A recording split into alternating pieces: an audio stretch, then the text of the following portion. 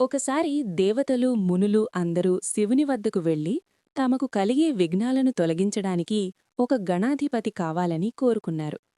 ఆ పదలి కోసం వినాయకుడు మరియు ఆయన సోదరుడైన కుమారస్వామి అంటే సుబ్రహ్మణ్యేశ్వరుడు ఇద్దరూ పోటీపడ్డారు.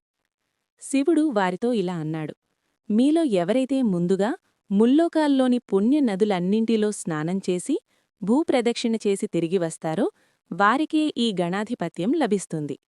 కుమారస్వామి వేగం.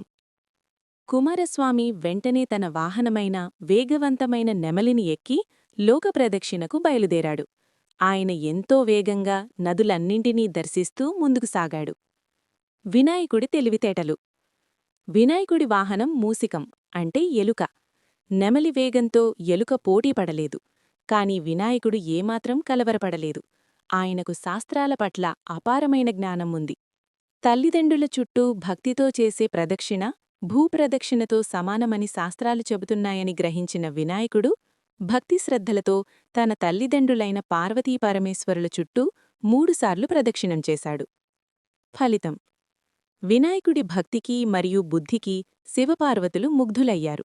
ఫలితంగా కుమారస్వామి ఏ నదికి వెళ్లి స్నానం చెయ్యబోయినా అక్కడ అప్పటికే వినాయకుడు స్నానం చేసి వెళ్తున్నట్లు కనిపించేది.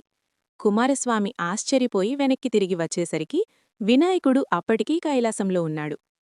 వినాయకుడి తెలివితేటలను, భక్తిని గుర్తించిన శివుడు ఆయనను గణాలకు అధిపతిగా చేసి గణాధిపతి లేదా వినాయకుడు అని పట్టాభిషేకం చేశాడు.